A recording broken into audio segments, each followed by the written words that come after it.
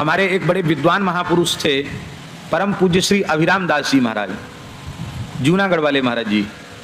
संभवतः अब उनका शरीर नहीं है, क्योंकि जब हमें मिले थे उस समय भी 90 से ऊपर की आयु के थे। उस जमाने में काशी से उन्होंने व्याकरणाचार्य किया था और अंग्रेजी से भी एमए किया था। बहुत अच्छे विद्वान, बड़े अच्छे वक्ता थे। तो वो सुनाते थे, गधे का अभ्यास होता है दुलत्ती मारने का। इसके ऊपर एक कहानी सुनाते थे, सुना करके हम सबको हंसाते थे। बोले एक मास्टर जी पढ़ा रहे थे और बच्चे कुछ ना कुछ गलती करते ही हैं, पाठ याद नहीं करते हैं, तो पिटाई, अब तो पिटाई करना मना हो गया, उस समय पिटाई होती थी। तो पिटाई करके मास्टर कह रहा था कि देखो सबके कान खींच देंगे, सबकी चमड़ी उधेड़ के भूस भर देंगे, और जाने क्या क्या कह रहा था हड्डी पसली मार मार के एक कर देंगे। न जाने तुम्हारे जैसे कितने गधों को हमने आदमी बनाया है, कितने कलेक्टर मिनिस्टर बन गए हमारे। एक गधे होके आए थे यहाँ, कलेक्टर मिनिस्टर हो गए। एक सीधा साधा धोबी वहाँ से निकल रहा था, उस पर काम कम था, गधे 2 थे, वो एक गधे का काम था। उसने सोचा एक गधा हमारा आदमी बन जाए तो हमारे साथ कपड़े धुलवाएगा, काम देगा। उसने मास्टर जी को कहा, महाराज आप तो गधों को आदमी बनाने का ठेका आपने लिया है, तो कृपा करके हमारे इस गधे को भी मनुष्य बना दीजिए, आदमी बना दीजिए, आपकी बड़ी कृपा होगी। वो मास्टर तो क्रोध में था, उसने कहा मूर्ख गधा लेके आया। बोले अभी तो आपने कहा था गधों को आदमी बनाते हैं। बांध के चला गया वो। मास्टर का गुस्सा ठंडा हुआ तो उसने गधा तो बेच दिया। अब दूसरे दिन धोबी आया, बोला हमारा गधा आदमी बन गया। अरे वो एक दिन में आदमी बनता है? धीरे धीरे अभी बच्चा होगा, पढ़ेगा लिखेगा, बड़ा होगा, आदमी बनने में एक दिन में आदमी बनेगा। अब वो 2 दिन 4 दिन 6 दिन में जब उधर से निकलता, बोले महाराज दिखा तो दो कैसे कितना बड़ा आदमी हुआ, कैसे बन रहा है। वैसे नहीं, जब बन जाएगा तब बताएंगे। 4-5 साल हो गए। अब धोबी के समझ में कुछ ना कुछ आया कि इसने गधा हमारा इधर उधर कर दिया, ये देगा नहीं। लठ लेके धोबी आया, बोले अब तो हमारा आदमी जो हमने गधा दिया था, हमारा गांठ का गधा और चला गया, वो आदमी भी नहीं बना, जल्दी लाओ, नहीं तो समझ लेना मास्टर साहब लठ लेके आए तुम्हारी पूजा करने।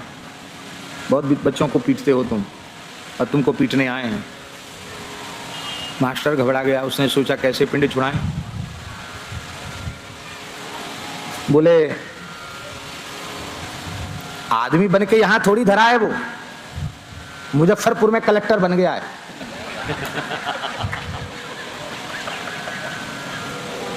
उसको बड़ी प्रसन्नता हुई, हमारा कलेक्टर में, हाँ कलेक्टर बन गया मुजफ्फरपुर में वो। अब तो धोबी घर में आया, बोले कपड़ा वपड़ा धोना बंद, अब हमारा गधा कलेक्टर बन गया मुजफ्फरपुर में, वो भी बिहार के तो हम यही हैं, चलो। तो गरीब आदमी था, पैदल मुजफ्फरपुर पहुंच गया। हो सकता हो इसी दरभंगा का ही हो, क्योंकि यहाँ शिक्षा का केंद्र विशेष है, यहाँ जो है गधों को आदमी बनाया जाता है। हो सकता है यहीं की घटना हो, कोई पक्का पता नहीं है, लेकिन मुजफ्फरपुर वाली बात तो पक्की है। अब बेचारा धोबी यहाँ से कितना दूर है मुजफ्फरपुर दरभंगा से? 100 किलोमीटर तो हो है, 60 किलोमीटर। चलो यहाँ से पैदल चल के वहाँ गया और पहुँचा। अब कलेक्टर का जो बंगला था, निवास था, रविवार का दिन था, छुट्टी थी, तो जाना चला। अब ऐसे किसी अपरिचित व्यक्ति को बिना समय लिए कलेक्टर के निवास में थोड़ी प्रवेश करने दिया जाएगा। उसने बहुत कहा, लेकिन उसको भीतर नहीं घुसने दिया। इसी बीच में कलेक्टर साहब बाहर बगीचे में आए, उनकी कुर्सी लग गई, बैठ गए। उनके इष्ट मित्र अधिकारी रैंक के जो थे वो सब वहाँ बैठे थे। अब कुछ चाय नाश्ता, कुछ खाना पीना हो रहा था। अब इसने कहा कि वाह, आदमी बना तो हमारे किस काम में आया, गधे से आदमी बना और आदमी में भी कलेक्टर बना और हमसे सीधे बात नहीं करता है। तो द्वारपाल के मना करने पर भी वो धोबी घुसता हुआ वहाँ बगान में चला गया।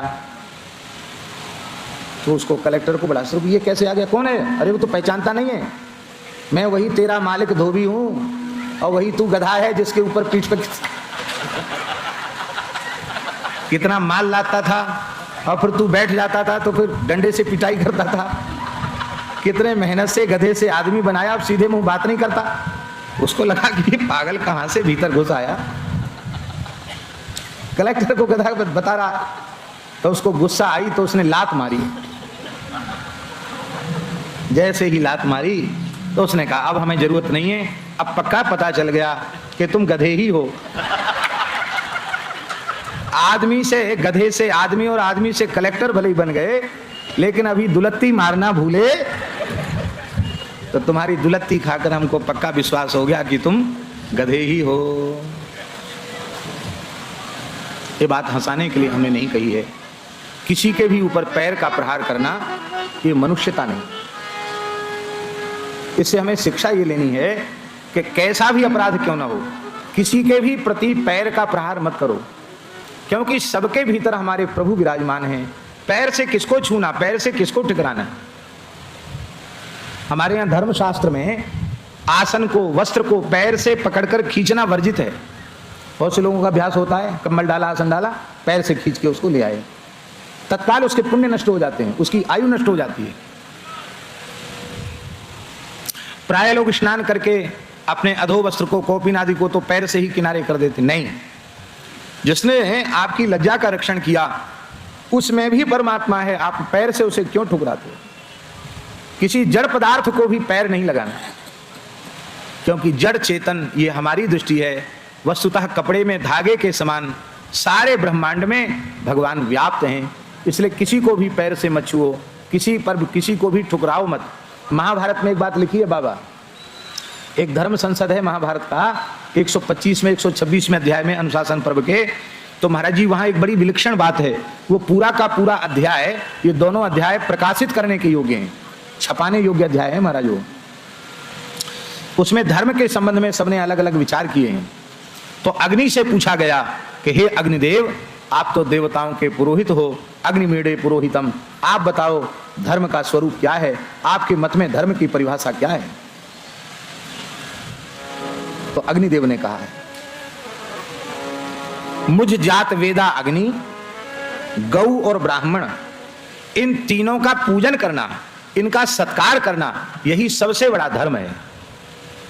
और गाय को, अग्नि को अथवा ब्राह्मण को पैर से छूना ये सबसे बड़ा पाप है। जो व्यक्ति अग्नि को पैर लगाता है, गाय का पैर से स्पर्श करता है, अथवा ब्राह्मण का, साधु का पैर से स्पर्श करता है, कहते महाराज वह